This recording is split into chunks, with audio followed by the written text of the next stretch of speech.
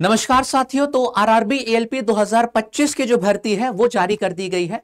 अब बहुत ही जल्द इसका जो ऑफिशियल नोटिफिकेशन है वो हमको रेलवे की वेबसाइट पर भी देखने को मिलेगा।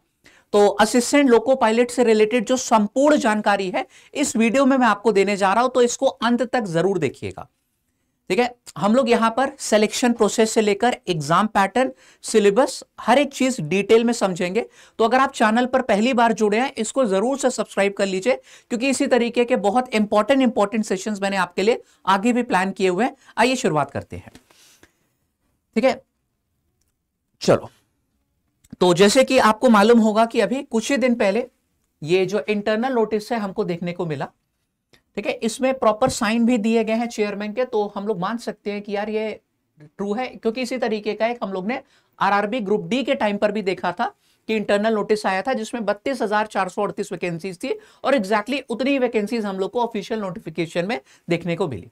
तो इसके हिसाब से हमको पता चल रहा है कि यार जो एएलपी 2025 के लिए कुल 9,970 इस बार वैकेंसीज जो है उनको अप्रूव किया गया है नोटिफिकेशन के लिए।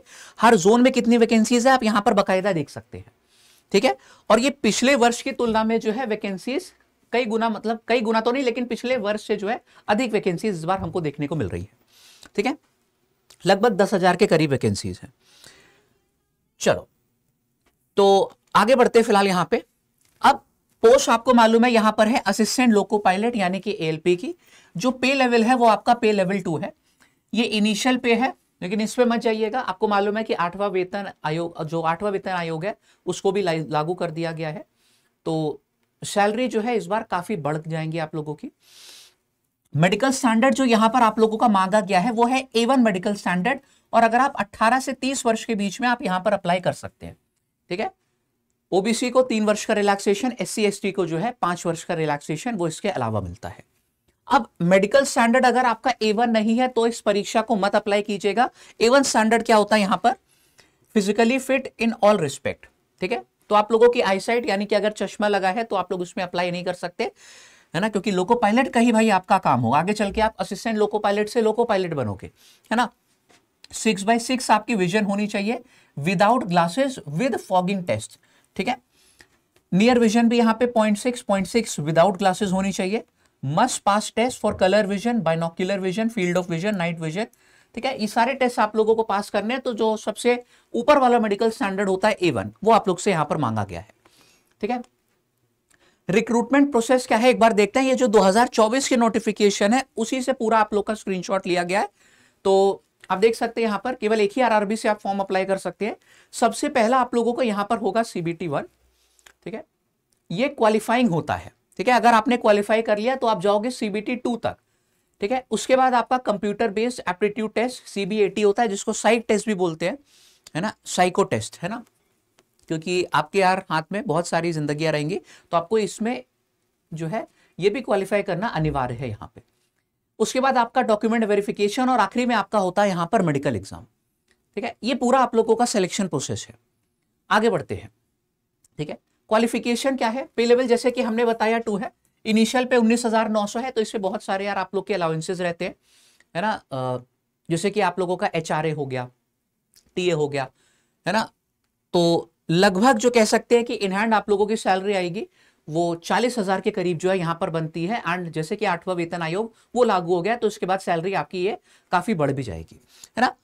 ये हमने बता दिया। अब क्वालिफिकेशन यहां पर क्या है? 10वीं के साथ साथ आप लोग ने या तो ITI कर रखा हो या तो डिप्लोमा कर रखा हो किसी भी रेलेवेंट ट्रेड में, तो आप इसके लिए एलिजिबल है। ठीक है, और ये देख सकते हैं आप सारी यहां पर जो है एजुकेशनल क्वालिफिकेशन यहां पर दी गई है ना। आइए फिर आगे बढ़ते हैं। यहां पर जो आप लोगों का CBT 1 होता है, CBT 1 में साफ साफ बोला गया है will only be a screening exam for shortlisting eligible candidates for CBT 2, है ना, यानी कि क्वालिफाइंग इन नेचर होता है। इसके जो नंबर है वो काउंट नहीं होंगे while preparing the final panel, है ना। यानी कि अगर आपने बस क्वालिफाई मात्र कर लिया है तो आप लोग CBT 2 के लिए उसको देने के लिए सक्षम हो जाओगे। पैटर्न और सिलेबस क्या है ये हम लोग जानते चलिए। अब यहाँ पे भाई 1 घंटे की आप लोगों की परीक्षा होती है 60 मिनट की, जिसमें आप लोगों को करने होते हैं 75 सवाल। हर प्रश्न आप लोगों का 1 मार्क्स का होता है और नेगेटिव मार्किंग भी यहां पर आप लोग की हो जाती है 1/3, 1/3 आपकी नेगेटिव मार्किंग यहां पे हो जाती है। ठीक है, ये नीचे भी आप लोग को दिया गया है और रेलवे में ये पैटर्न कॉमन रहता है। ठीक है, कोई सी परीक्षा दे दो +1 -1/3 ये पैटर्न कॉमन है, तो ये अच्छी बात है। ठीक है, अब देखो होता क्या है कि आप लोग जब प्रीवियस ईयर के प्रश्न उठा के देखोगे तो वहां पर लाइन से क्वेश्चन आपके नहीं आते, क्वेश्चन जो होते हैं आपके मिक्स होते हैं। ठीक है, तो उसको आपके लिए हमने आसान बनाया। पूरे 75 क्वेश्चन जब आप लोग बहुत सारी शिफ्ट की एनालाइज करोगे तो आपको पता चलेगा जाके कि यार लगभग जो है वेटेज हर सेक्शन का कितना रहता है, कौन कौन से टॉपिक्स आपके आते हैं, ये देखते हैं। चलिए, आपके 4 सब्जेक्ट आएंगे यहाँ पर, मैथ, रीजनिंग, जनरल साइंस और जनरल अवेयरनेस, जिसमें करंट अफेयर भी शामिल है। ठीक है, लगभग 20 प्रश्न आपके हर शिफ्ट में रहते हैं गणित के, कुछ में 19 होंगे, कुछ में 21 होंगे। ठीक है, लगभग 20 रहते हैं। रीजनिंग के लगभग 25 सवाल रहते हैं, साइंस के 20 प्रश्न और जनरल अवेयरनेस करंट अफेयर के आपके रहते हैं 10 सवाल। सबको मिला लेंगे तो आपके 75 क्वेश्चन यहाँ पे बन जाते हैं, 75 ही नंबर के। ठीक है, और आपको 1 घंटे का समय दिया जाता है। ठीक है, अब सिलेबस क्या है, अगर आप ऑफिशियल नोटिफिकेशन को देखोगे तो आपका ये सिलेबस कुछ इस तरीके का है। मैथ में number system, BODMAS, decimal fraction, LCM HCF, ratio proportion, प्रतिशत, ये सारे आप देख सकते हैं कि जो अंक गणित है उसके संग संग advance math, algebra, geometry, trigonometry, statistics, ये सब आपका शामिल है। एज वाले प्रश्न हो गए। ठीक है, यहाँ पे देखो ग्राफ नहीं दिया गया, लेकिन ग्राफ वाले प्रश्न भी आपके पूछे जाते हैं। ठीक है, इसी तरीके से मेंटल एबिलिटी यानी कि रीजनिंग का आपका क्या हो गया सिलेबस, ये देख सकते हैं। साइंस और जनरल अवेयरनेस का हम लोग को ये ऑफिशियल नोटिफिकेशन में ऐसा ही सिलेबस आता है, लेकिन इससे हमको बहुत ज्यादा भाई जानकारी नहीं मिल रही है। ठीक है, अब इसी को सिंप्लीफाई किया है आप लोगों के लिए हमने। ठीक है, सबसे ज्यादा देखो इसी में दिक्कत होती है, क्योंकि जैसे बाकी एसएससी की आप परीक्षा देने जाओगे उसमें होता क्या है, जैसे कि मान लीजिए 40 शिफ्ट में परीक्षा हुई तो हर शिफ्ट में लाइन से क्वेश्चन होते हैं, 25 क्वेश्चन गणित के, 25 रीजनिंग के, है ना, फिर जनरल अवेयरनेस के। तो आपके पास अगर 40 शिफ्ट है तो 1000 क्वेश्चन आपको मिल जाते हैं। वहां से बेहतर तरीके से आप पता लगा सकते हो कि कौन कौन से टॉपिक आते हैं, है ना, हर टॉपिक का वेटेज कितना है। यहां पे दिक्कत क्या होती है कि क्वेश्चन मिक्स रहते हैं, तो सबसे पहले सारी शिफ्ट को डाउनलोड करना, प्रीवियस ईयर के पेपर को। ठीक है, फिर सब्जेक्ट वाइज उनको अलग अलग करना, गणित के क्वेश्चन को अलग, रीजनिंग के अलग करना, उसके बाद हर सब्जेक्ट में टॉपिक वाइज क्वेश्चन को बांटना, फिर जाके पता चलता है कि यार किस टॉपिक से कितने प्रश्न आप लोग के आ रहे हैं एंड कौन कौन से टॉपिक यहां पर है। ठीक है, क्योंकि कुछ टॉपिक ऐसे हैं जो कि यहां पर नहीं लिखे गए लेकिन उनसे फिर भी प्रश्न आए हैं। ठीक है, तो इसी को आसान किया है आप लोगों के लिए हमने। चलिए ये देखते हैं कि अब आप लोगों का एक बार डिटेल में समझते हैं कि पूरा सिलेबस है क्या, है ना। हर एक सब्जेक्ट को यहां पे समझेंगे। जैसे कि गणित, आपको मालूम है कि इसके 20 प्रश्न आने हैं, तो इसमें आप लोगों की अरिथमेटिक यानी कि अंक गणित और एडवांस मैथ, ठीक है, इसको हिंदी में भी एडवांस मैथ बोलते हैं, ये दोनों आप लोग की आ रही है। ठीक है, और लगभग बराबर बराबर है, 50% आपकी आएगी।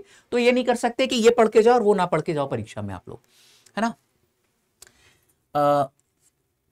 अंक गणित में आप लोगों के कौन कौन से टॉपिक है यहां पर आप देख सकते हो, आपको ज्यादा बेहतर तरीके से समझ में आ रहा होगा, है ना।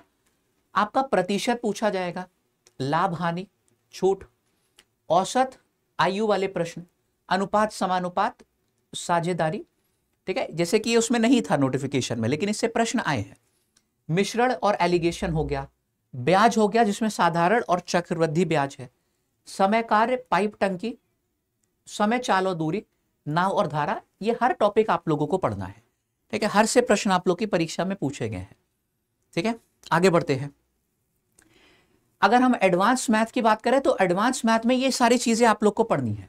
ठीक है, नंबर सिस्टम हो गया, एलसीएम एचसीएफ, सरलीकरण हो गया। अब सरलीकरण अच्छा खासा आता है, नंबर सिस्टम, ये दो टॉपिक है जो एकदम बेस तैयार करते हैं आपका गणित का, और पूछे भी खूब ज्यादा जाते हैं, हाई वेटेज वाले टॉपिक है ना। ये सरलीकरण में ही आपका दशमलव और भिन्न शामिल हो जाएगा, घातांक और करणी, सीरीज वाले प्रश्न जो हमारे समांतर श्रेणी हो गई, एपीजीपी हो गया, है ना, ये सब आप लोगों का सरलीकरण में शामिल है और सब पूछा जाता है परीक्षा में।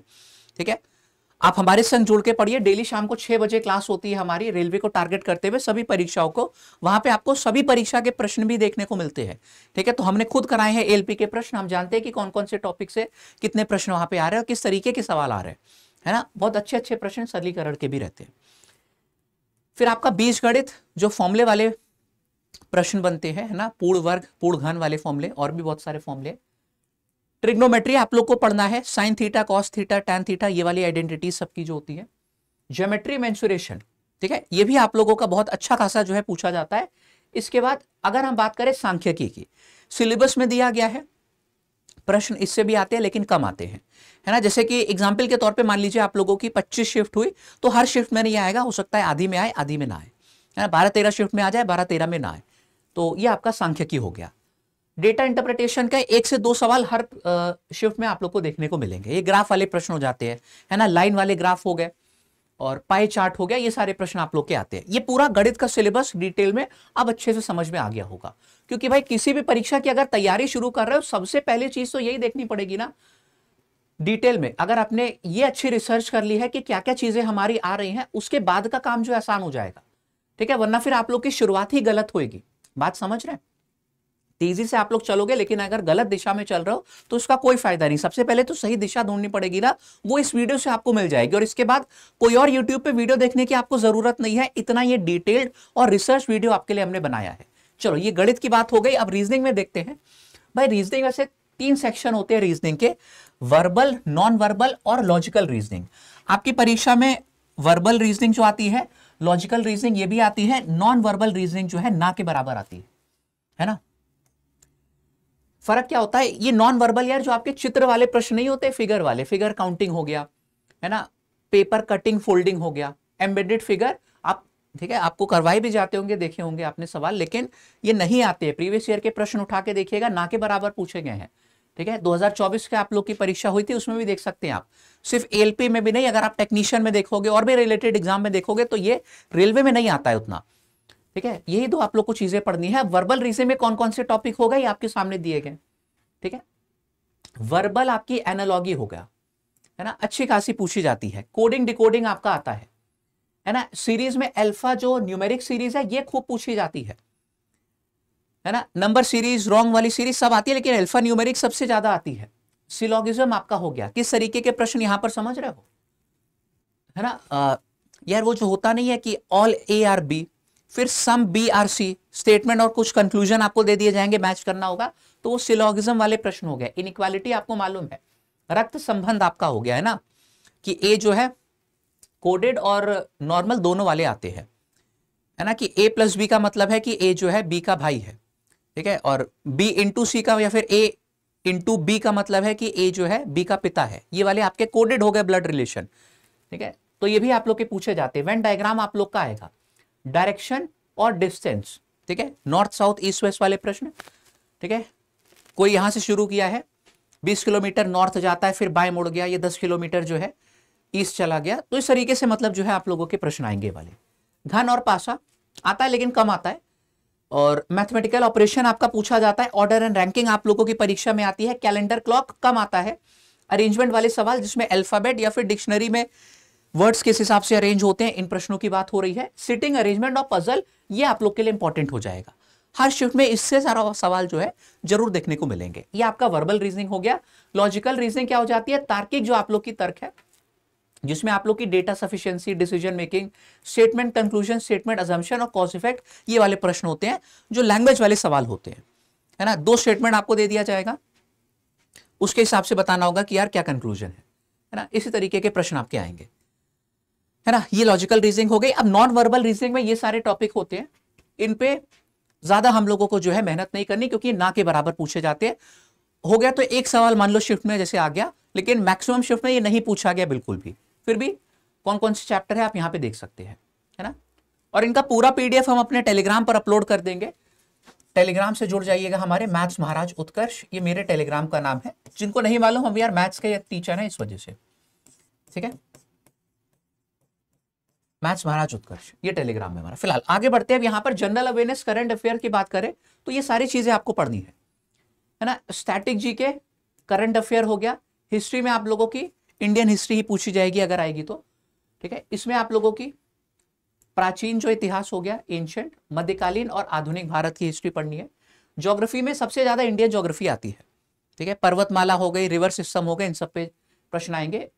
पॉलिटी आप लोग का हो गया, ठीक है। कॉन्स्टिट्यूशन वाले प्रश्न हो गए, है ना। फंडामेंटल राइट्स, डीपीएसपी आपका हो गया, ये सब पॉलिटी है ना। हाई कोर्ट और जितने भी मतलब ये क्या कहते हैं अपॉइंटमेंट ऑफ जजेस, ये सारे आप लोगों के पॉलिटी में आप लोग सारी चीजें पढ़ते हो, है ना। क्या क्वालिफिकेशन होती है जज की, है ना। लोकसभा, राज्यसभा, ये सारी चीजें आप लोग इसमें जो है पढ़ते हो पॉलिटी में। इकोनॉमिक्स आपका हो जाता है अर्थशास्त्र, जीडीपी, जीएनपी, है ना, भारत की कितनी जीडीपी आप लोग अक्सर सुनते हो, ये सारी चीजें आप लोग अर्थशास्त्र यानी कि इकोनॉमिक्स में पढ़ते हो। पॉवर्टी हो गया, अनएम्प्लॉयमेंट, ठीक है, लाफर कर्व, बहुत सारी चीजें, डिमांड और सप्लाई वाला कंसेप्ट, ये सब इकोनॉमिक्स में आपका आता है। तो इससे 10 ही प्रश्न आएंगे, ये उतना डीप में आप लोग को इस बार नहीं पढ़ना होगा। फिलहाल ये थोड़ा सा और हमने सिंप्लीफाई आपके लिए कर दिया है कि इसमें भी कौन कौन सी चीजें आपको पढ़नी है। Current affairs, art and culture, awards and honour, ठीक है, इस तरीके से आप देख सकते हैं यहाँ पे ये सारी चीजें आपको जो है पढ़नी है जनरल अवेयरनेस में। आगे बढ़ते हैं फिलहाल जनरल साइंस। अब देखो 20 प्रश्न आपके आएंगे जिसमें फिजिक्स, केमिस्ट्री, बायोलॉजी आपकी होगी और इकोलॉजी एनवायरनमेंट 10वीं लेवल तक की आएगी। आप लोग को नोटिफिकेशन में साफ साफ दिया गया है। लेकिन भैया सिर्फ इससे हमें क्या पता चलेगा कि तुम क्या पूछ लोगे? फिजिक्स तो बहुत बड़ी है, तुम क्या पूछोगे हमको बताओ, ठीक है। 20 सवाल आएंगे, मजाक थोड़ी ना है। तो ये काम आपके लिए दोबारा से हमने आसान किया है। सभी प्रीवियस ईयर पेपर को डाउनलोड करके हर टॉपिक को देखा कि कौन कौन से टॉपिक यहां पर पूछे गए, उसके हिसाब से लिस्ट आपके सामने रख दी गई है। इसको इत्मीनान से देख सकते हो आप लोग। फिजिक्स में आपके ये सारे टॉपिक आएंगे, इसका स्क्रीनशॉट ले लेना या फिर पीडीएफ से देख लेना। यूनिट मेजरमेंट, फोर्स से लेके वर्क, पावर, एनर्जी, ग्रेविटेशन, गुरुत्वाकर्षण आपका हो गया, लाइन से सारे टॉपिक हैं। फिर उसके बाद केमिस्ट्री में इन सबसे सवाल पूछे जा चुके हैं आप लोगों को एएलपी में, ठीक है। साथ ही साथ में और भी जो रेलवे की परीक्षाएं होती हैं उसके भी प्रश्न आप लोग को करने होंगे एलपी के साथ साथ, है ना। तो ये सारे टॉपिक्स आपके जो है इंपॉर्टेंट है केमिस्ट्री के। रसायन विज्ञान, लाइफ साइंसेस, बायोलॉजी आपका जो हो गया, उसमें आपके ये टॉपिक हो गए जिसमें एनिमल किंगडम, प्लांट किंगडम, ये सारी चीजें आपको पढ़नी है, ठीक है। जूलॉजी आपका हो गया, nutrients, vitamins, mineral, human diseases, ये सारी आप लोग की चीजें हो गई बायोलॉजी की। तो उम्मीद है कि इस वीडियो को देखने के बाद आपके मन में यार सिलेबस से लेकर या फिर परीक्षा से लेकर कोई भी कंफ्यूजन नहीं रह गया होगा। तो ये मैंने पूरा सीबीटी 1 का आपको पैटर्न बताया, ठीक है। कौन कौन से इसमें आप लोग के सब्जेक्ट पूछे जाते हैं, कैसे आपको क्वालिफाई करना है, क्या क्या चीजें पढ़नी है, ये इस वीडियो में आप लोग जान चुके हो, ठीक है। अब अगर आपको हमारे संग भाई जुड़कर तैयारी करनी है तो हमारे रेलवे के जो है फाउंडेशन बैचेस चलते हैं, ठीक है। रेलवे के फाउंडेशन बैचेस अगर आप हमारे संग ज्वाइन करना चाहते हैं तो आपको करना क्या होगा, लैब एप्लीकेशन आपको प्ले स्टोर से डाउनलोड करना है।